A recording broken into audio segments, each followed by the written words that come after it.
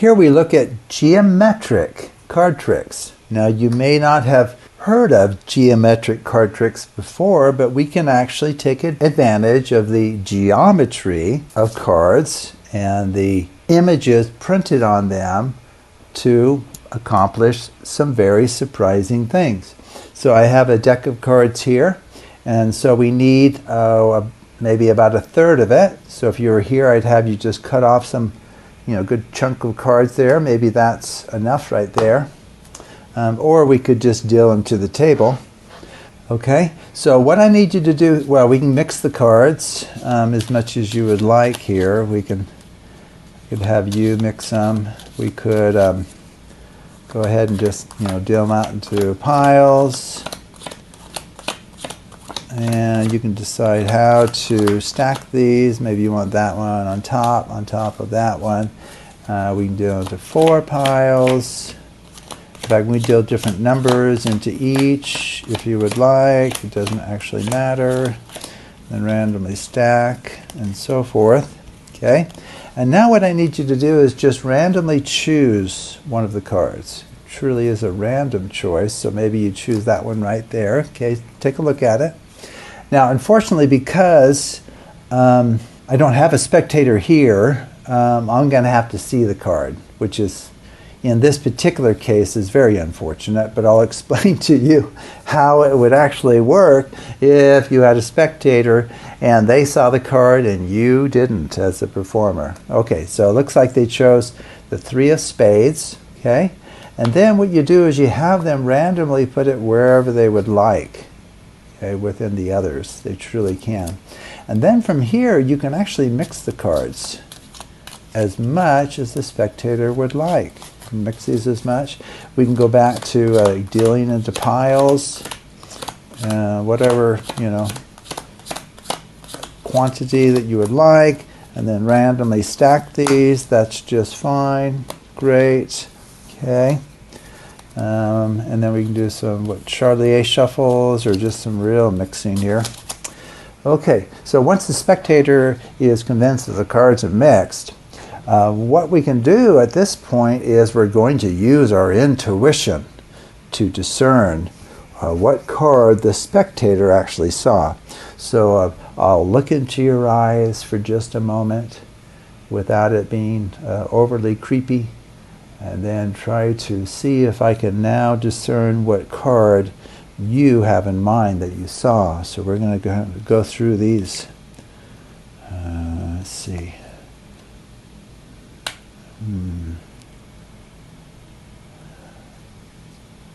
I actually think it's this one, but right off, but okay.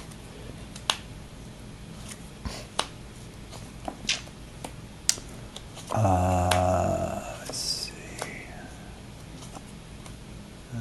Could be.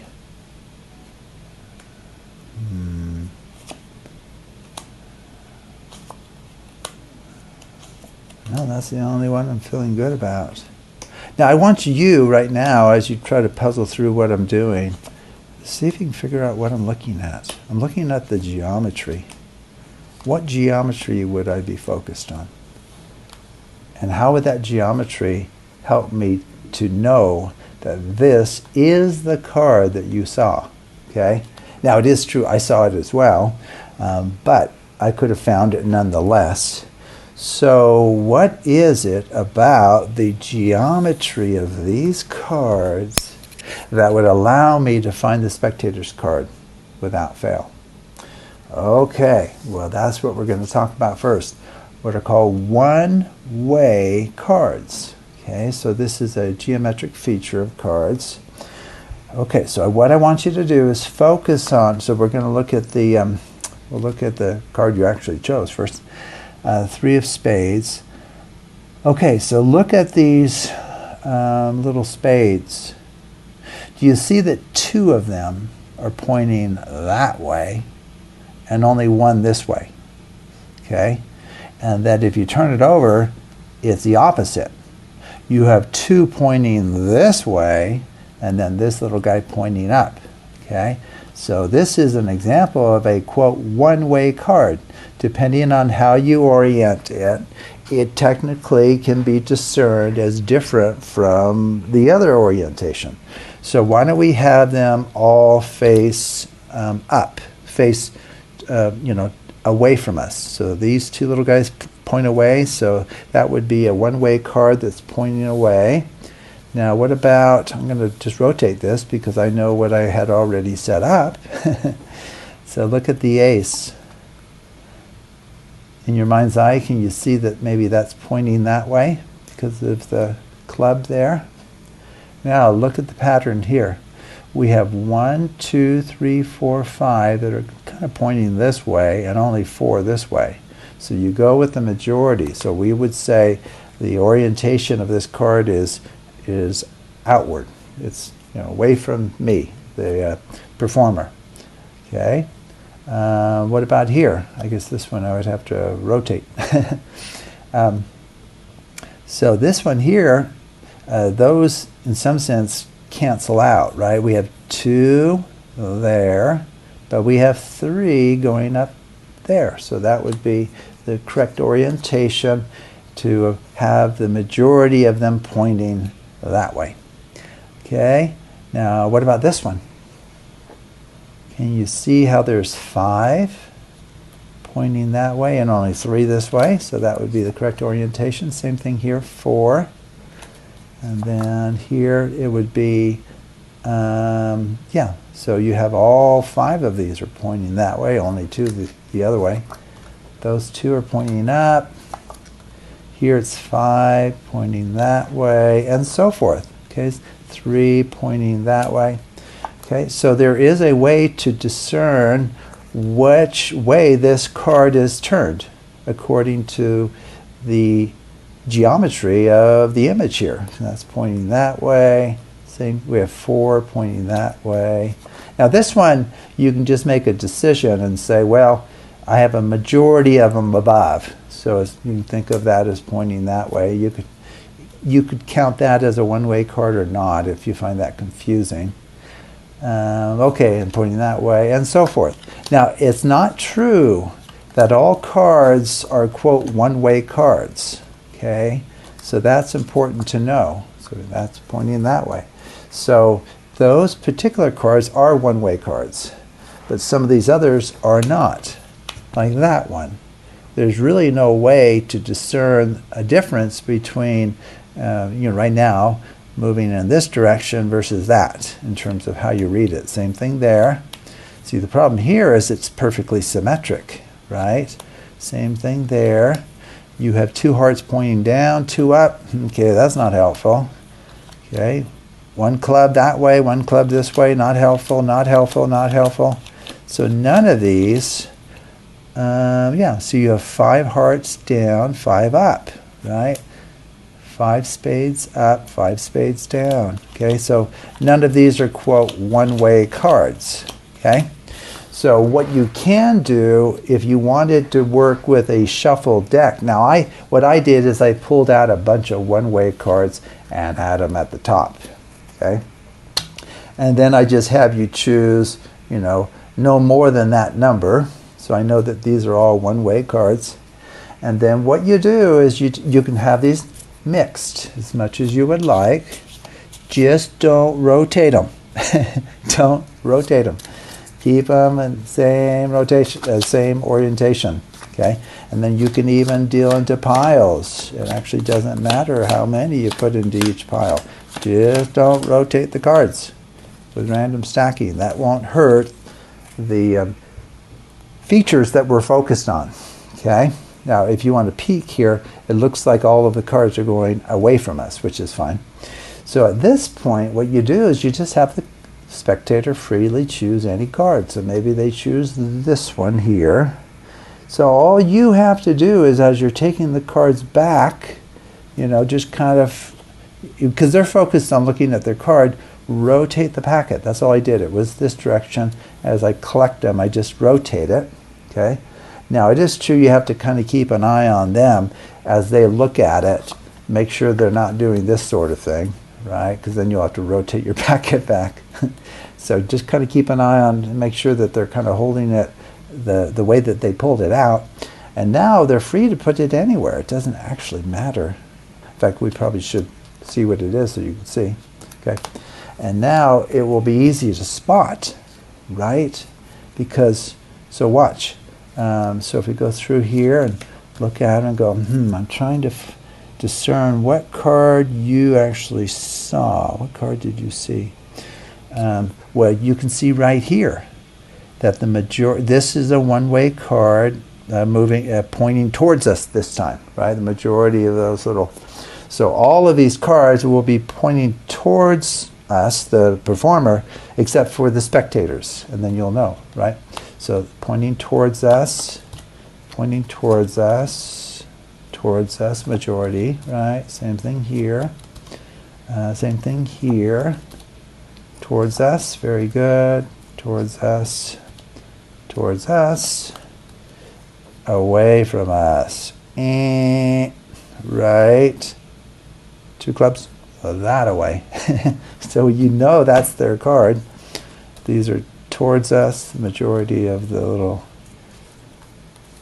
images there. So hearts, majority of it. This one's towards us. And we have 2 spades pointing towards us and 1 away. So you would know, you could really mix these cards. Just don't rotate them. And boy, you could just milk this for so much, because you could claim that you're reading their mind, or their body language is giving away which card it is, and have a lot of fun with that.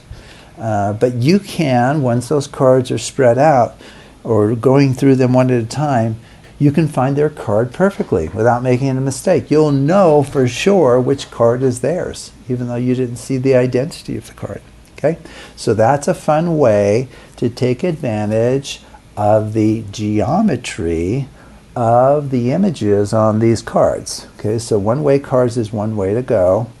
By the way, let me just kind of mix these in a bit. You can start with a shuffle deck for this. Okay, you can start with a shuffle deck. Let me just kind of move. We really want these mixed up a bit. Okay, so you just have to realize that some cards are one-way cards, some cards are not. And as you go through these, if these are some of these are rotated different ways, even the one-way cards, some of them will be pointing one direction and some of them another direction. Okay, so what you can do, even with a shuffled deck as a set, you can do this in front of the spectator. Just have them hand you a shuffled deck, which is wonderful, so no preparation. So you would just go through it, and you just tell the spectator that you're looking for psychic cards or special cards that have certain properties that will allow you to perform the coming routine, or however you want to kind of explain that. You go, oh, those are no good. So you toss away the ones you don't want as if they're like rejects or there's something wrong with them. They're not psychic cards. So you come over here, okay, here's a one-way card. Now, you can decide on, do you want to collect the one-way cards that point away from you or towards you, because it really is your choice. So if you're wanting to collect the ones that point towards you, then you say, oh, that's a good one. That feels like a good one. And that one's a good one. That one's a good one. That one's a good one. That one's a good one. Nah, I'm not feeling it. Nope. That's good. Now, you don't have to show them. I mean, they can see what you're doing here. They don't have to be looking at the faces of the cards right now and go, no good. But I'm kind of showing them to you. Now, this one points towards us. It's one-way card, points towards us. Great. Nah, garbage. Good. No good. Now, once you get a big enough, no, that's one way, but it's pointing away from us. We don't want that, away from us. So once you get a good collection here, then that's the little packet that you would work with. You go, nope, nah, garbage, throw away, burn those, no use, okay? So we're looking for ones that point towards us. Boy, we're not having a lot of success here. Nah. Oh, no good. There aren't too many good cards in here. I suppose if you're having terrible success, you can like rotate the deck. This is a good one. No good, no good, no good. Now you have to realize that I had them pointing the same way, and I tried to change their orientation. That one's a good one. And no good. Nah. See, that's away. Nah. Okay, so we got a little packet. You probably would do better than this in practice. It's because I went through and I put all the one-way cards and oriented them the same way. But if they're randomly oriented, you can probably get more than this and not have to go through the whole deck. So you can say, well, these are the special cards that we're going to work with, and it ends up, it doesn't matter how many there are. It might be nice to have more than this. I suppose a way to do that is just, turn the deck and go back and pick up some more, right? If you want. But anyway, this will suffice for now. So these are all pointed the same way. In the process of kind of showing the cards, you can remind yourself which way it is. They're pointing towards you, right? Majority. So towards you. And so you would just do what I said. Just have them choose a card at random. And then as you gather these, just kind of rotate them casually or whatever. And now they're pointing the opposite way to that one, as long as this one doesn't get switched by the spectator. So what is it? It's that. So they put it anywhere in there. And so that's going to work for us. Okay. Now the other one deals with unequal borders. Okay, so how this works is a standard deck that you would buy on Amazon or Walmart or whatever. It ends up that most of the card decks that we buy that aren't kind of casino quality, they're not printed perfectly. Okay, I'm going to set these down. Okay, now I've oriented these the same way already. I just want you to see if you can detect what I did. So if you look at these cards, so I'll probably have to hold these up because of the white background. Okay, so maybe this is a good one right here. So look at the border. Do you see anything interesting about the border? Well, one thing I think you can see, let me make sure it's angled right, is it's fatter, the white. It's fatter up here than it is down here. Let's see, let me hold it over. Okay, so technically this white, this border over here is actually thinner than the one over here.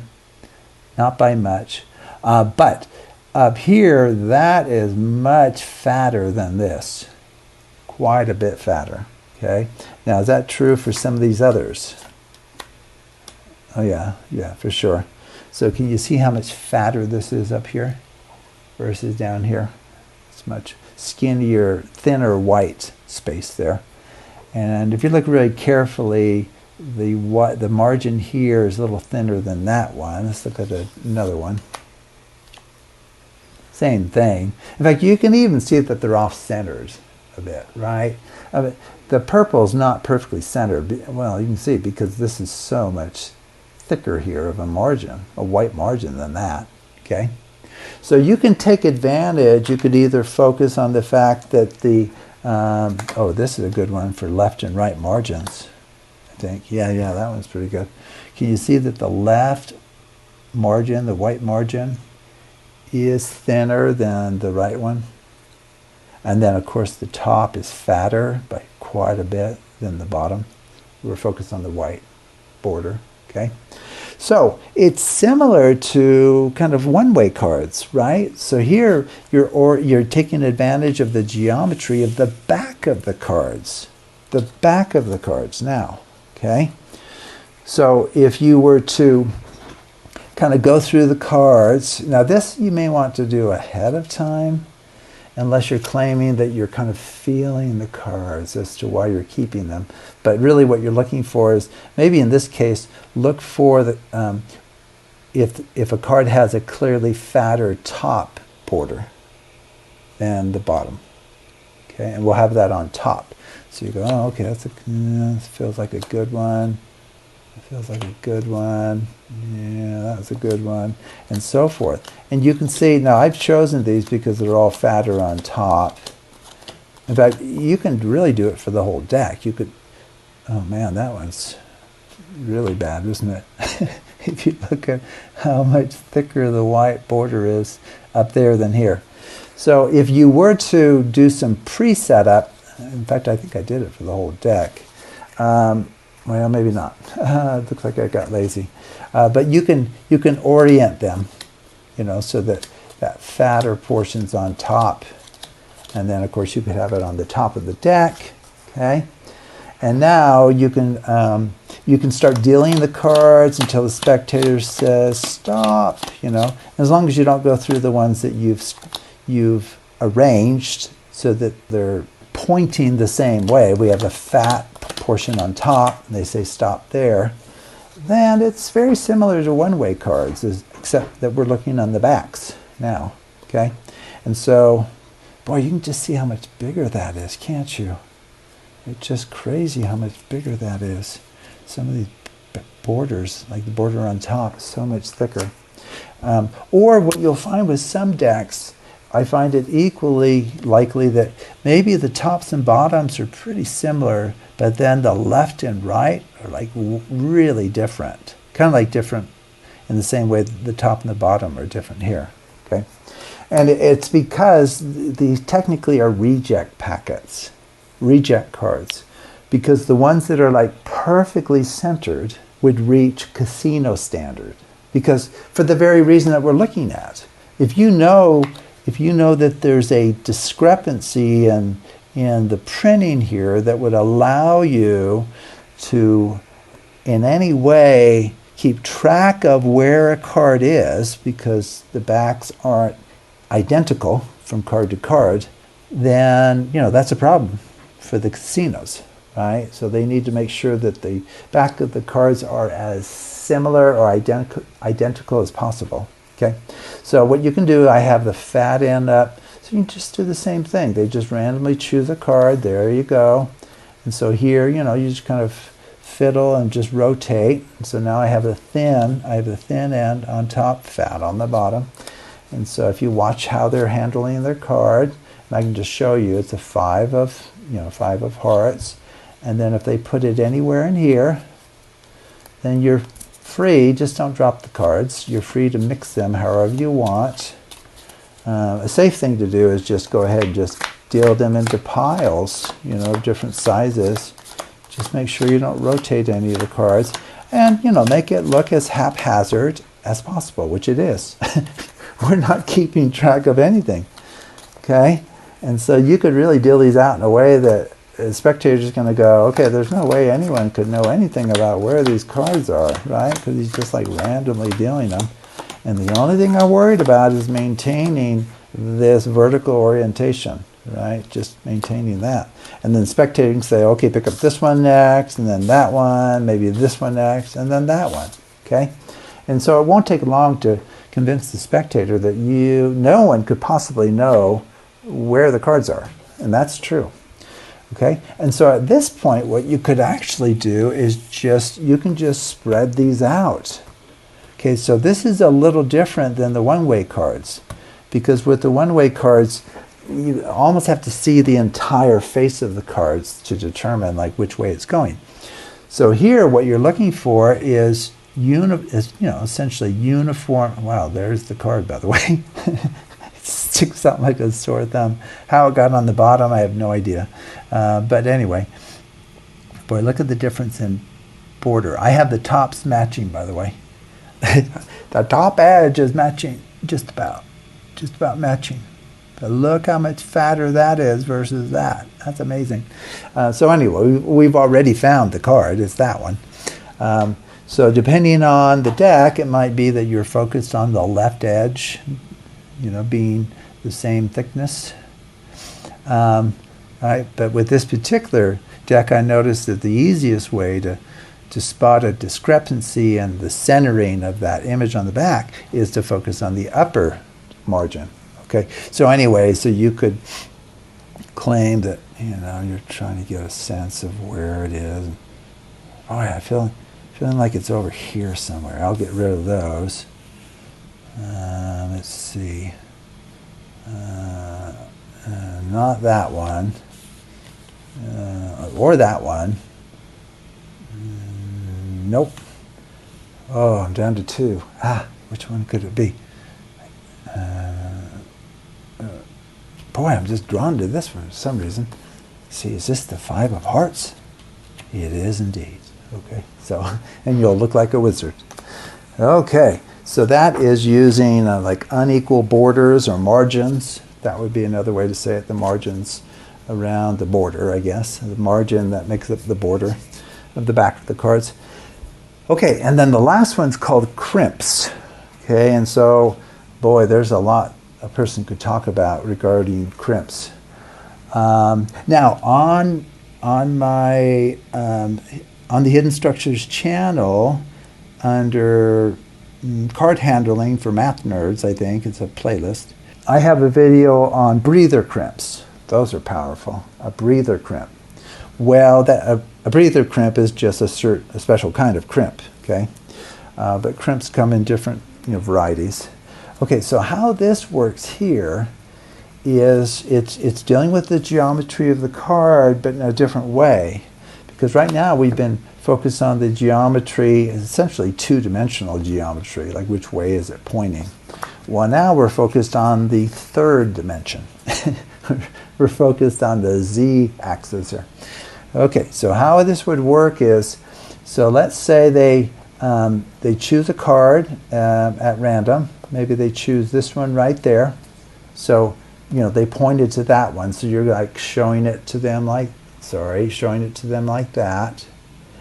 Now, while it's up in the air and they're focused on that, so you have the cards kind of like this. This is what you see, and they're looking at the front.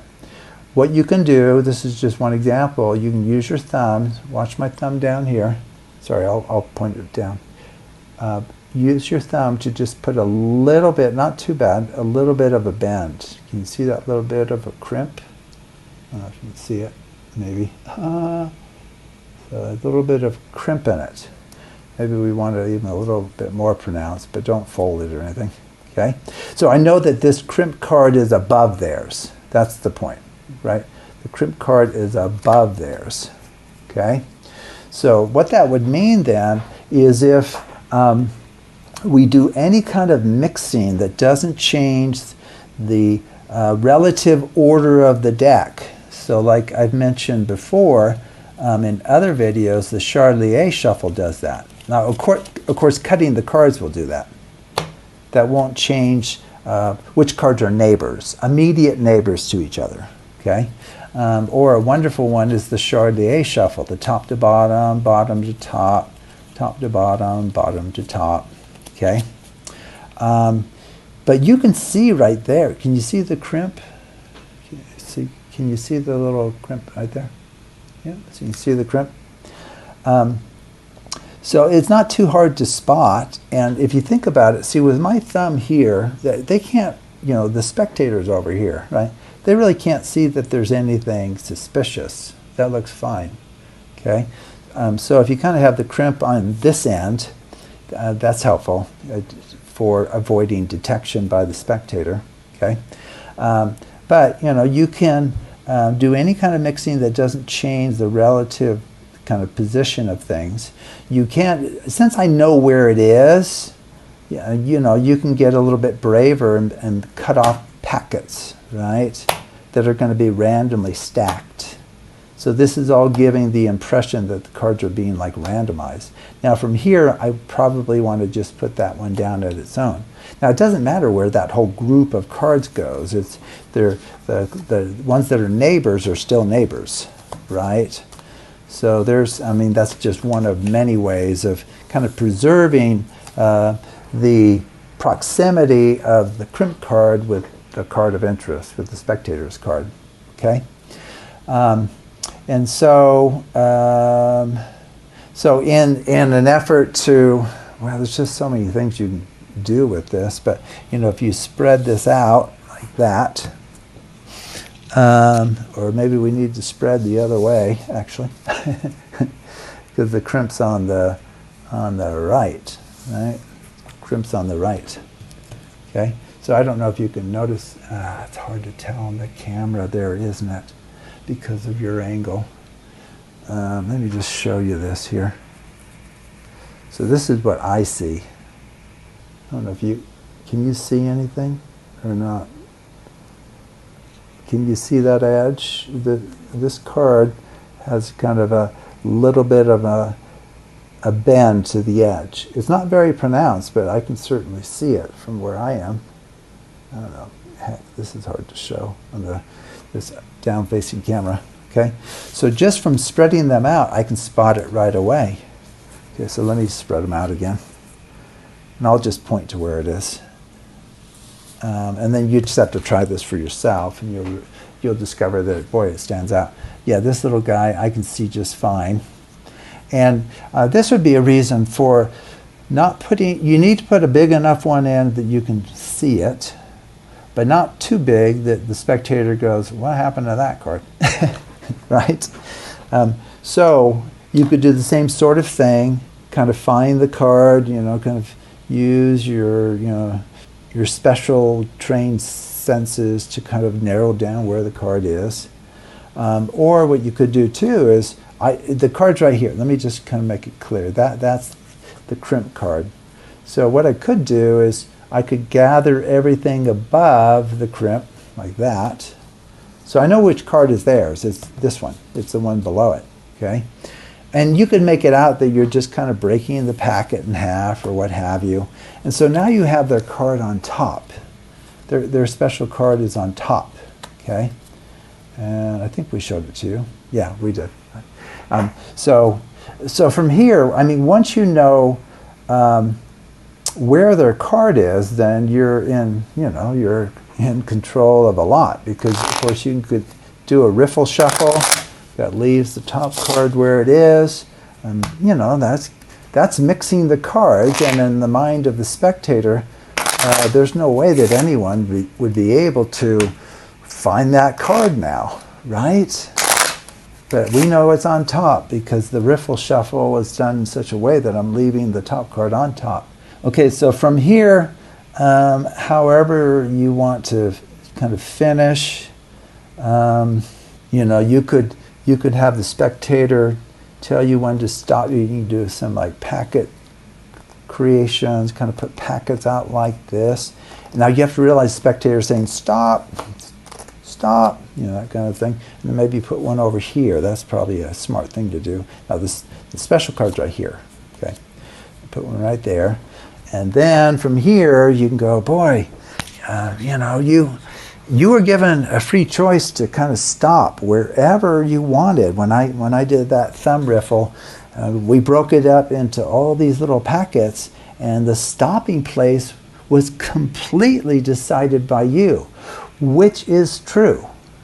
Now, the thing they don't realize is that we know their card was on the top of the deck, and we've kept track of that little first packet as to where it was put. So we know their card's right there. Okay? And so at this point, you could do a magician's force if you want. I've shown that before. I have a video on that. So look, we have an odd number.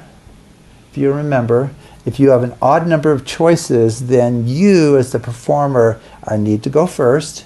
If there's an even number of choices, you have them go first. Okay, so what does that mean to go first? So what that means is I put my finger on two piles, and then the spectator's free to discard one of those. Maybe they get rid of that one.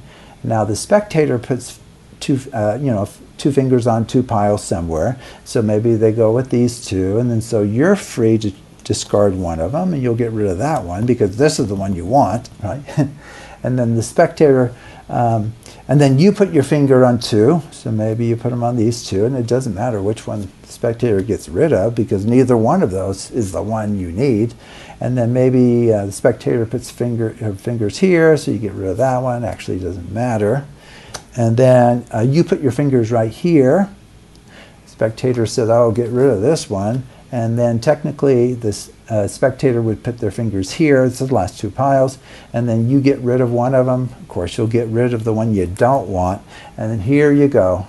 You've gotten all the way down to a single pile, and the piles were determined by randomly stopping at certain locations, completely decided by the spectator. And then we did this widowing down to a single packet, and it's brought us to this point. And where has it brought us?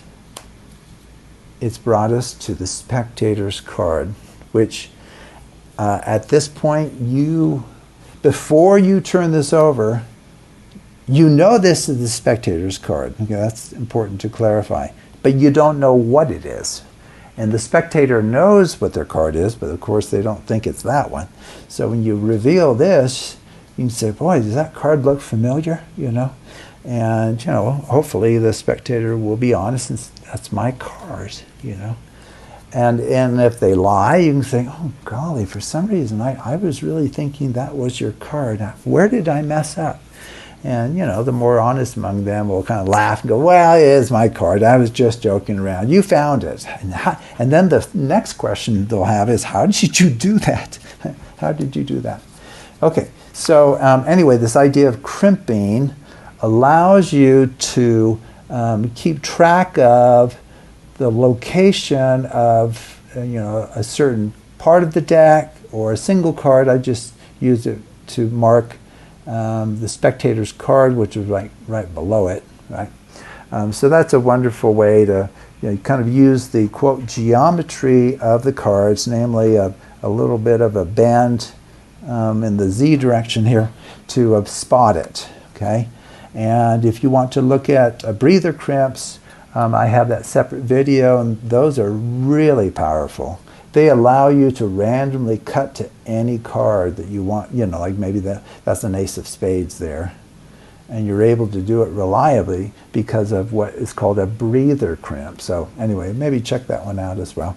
So thanks for watching, and take a look at some of the other videos on the Hidden Structures channel.